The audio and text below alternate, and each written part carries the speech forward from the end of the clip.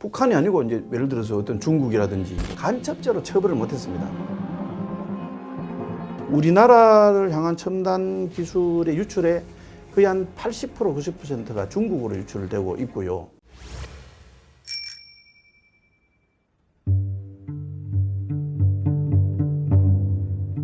근데 실제로는 어떻게 보면 간첩보다도 더 이게 이제 실질적인 피해를 줍니다. 이 온라인 세상에서 당하는 이제 그 기밀이라든지 이거는 이제 당장 국가 안보를 위협하는 수준까지도 이제 위협을 줍니다. 그런데 그 위협의 주체 중에 우리나라에 대한 그 사이버 위협 중에 거의 그 8, 90% 이상이 북한입니다. 근데 왜 북한 이 사이버 위협을 하느냐 하면은요. 사이버는 가성비 측면에서 굉장히 정말 좋은 겁니다. 이 사이버는 북한에서도 언제든지 넘어올 수 있잖아요. 그렇죠. 지금 근데 우리는 북한에 넘어가서 할 수 있는 게 아무것도 없습니다. 북한에 휴대폰이 있겠습니까? 없겠습니까? 뭐 있긴 할 것 같은데. TV가 되는 보면 휴대폰 하죠. 네. 그들의 휴대폰은 우리 휴대폰하고 다릅니다. 그야말로 인터넷입니다. 그냥 흉내만 휴대폰을 냈지. 우리는 휴대폰 지금 스마트폰 들어가면요. 거기서 그죠. 전 세계를 다 볼 수 있잖아요. 그죠. 근데 북한은 그거 아닙니다. 특히 북한은 그 사이버 전사를 만듭니다. 우리처럼 똑같은 머리 좋은데 어떻게 만드느냐면 제가 이제 학생들한테 재미있는 질문을 하는데 강의할 때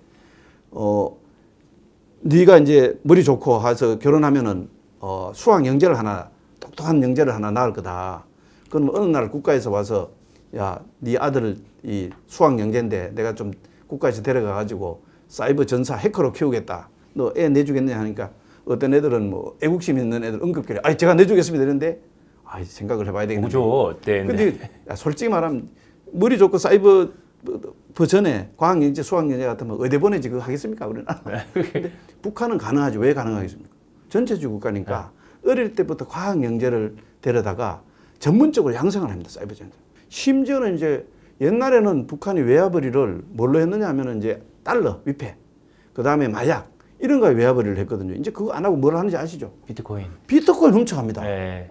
그래서 저는 아니 이놈의 비트코인은 북한을 위해서 만들어 놓은 것 같다. 그거 훔쳐가지고 미사일 만들고 핵 만듭니다. 이제 그런 사이버 위협이 크고요.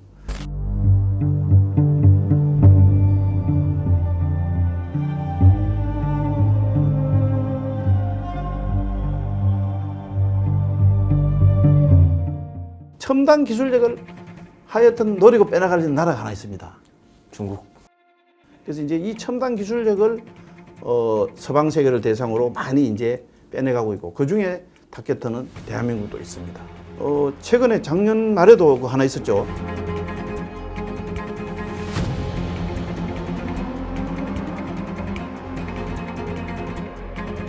이제 물론 어느 나라든지 산업 스파이 활동을 합니다. 일단 첨단 기술력 빼려고 하는데 우리나라를 향한 첨단 기술의 유출에 거의 한 80% 90%가 중국으로 유출되고 있고요. 그런데 이거는 어떻게 보면 이제 국가 안보 차원에서 봐야 되죠. 근데 이제 요 핵심 기술이 넘어가는 거는 사이버를 통해서 넘어가는 것도 있습니다. 네. 근데 사실은 상당 부분은요. 제일 많은 거는 사람에 의해서 넘어갑니다. 사람에 의해서 넘어가는 게 주로 어떤 식으로 하느냐면요. 스카우트입니다. 스카우트. 이런 것들이 이제 국가 차원에서 굉장히 위험한 겁니다. 그래서 현재 우리나라도 이제 그에 대한 많은 노력을 하고 있는데 제일 중요한 거는 현장입니다. 현장에서 아직까지도 대기업은 어느 정도 그래도 이런 이제 그 지키려는 거를 좀 많이 장벽을 쌓아놓고 지키려고 하는데, 근데 실제로 정말 첨단기도 오히려 중소기업한테 있습니다. 그렇죠. 실제 기술을 행사하는 기술은 거니까. 중소기업입니다. 네. 근데 중소기업은 그런 거를 이제 보안 조치를 하고 보안 장벽을 하려면 돈이 또 들거든요. 네.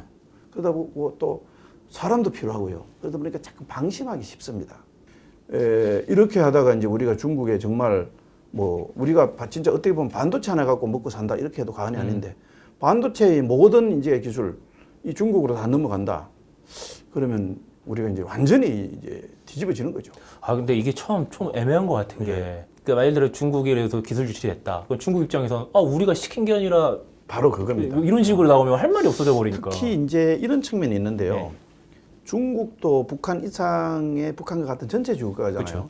어떻게 보면 중국은 민간은 없다고 봐도 과언이 아닙니다.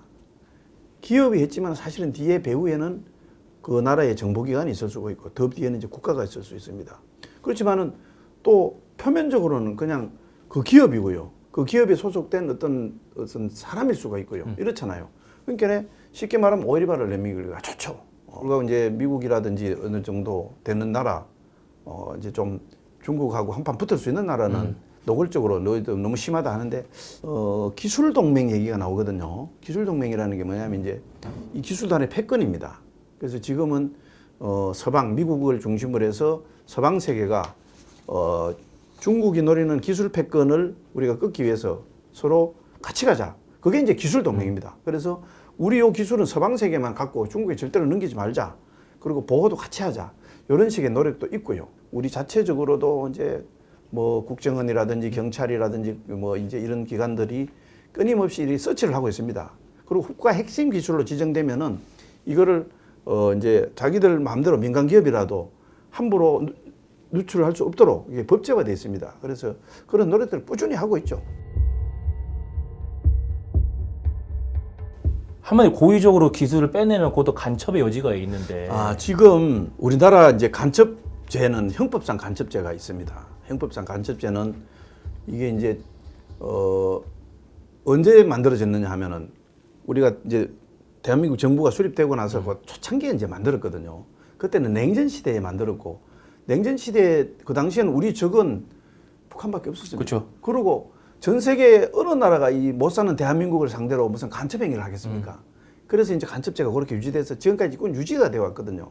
근데 이제 오늘날 세계가 이제 다극화되고 어느 우방국도 사실은 경쟁국이고 이런 상황에서 이제 그 예를 들어 산업기밀도 기밀이지 않습니까? 그렇죠. 국가의 기밀인데 그거를 이제 빼내가는 행위가 있었을 경우에는 기본적으로 법원이 있습니다. 군사기밀이면은 군사기밀보호법에 따라서 처벌을 받을 수가 있습니다. 그 다음에 이제 산업기술보호법도 있거든요. 그렇게 처벌받을 수가 있는데 이건 형량이 조금 낮습니다.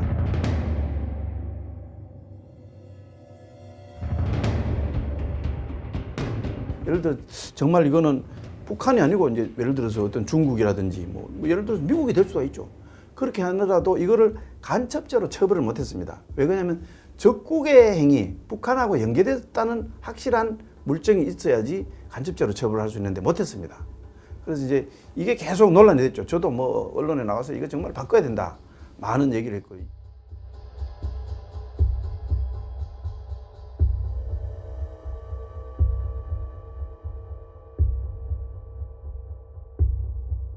그동안 계속 논의가 됐었고요. 그래서 최근에 이제 상임위 통과하고 마지막 전체 국회 이제 전체 회의 통과를 앞두고 있는데 아마 제가 뉴스로 듣기에는 조만간 이 통과시킬 걸로 이렇게 봅니다.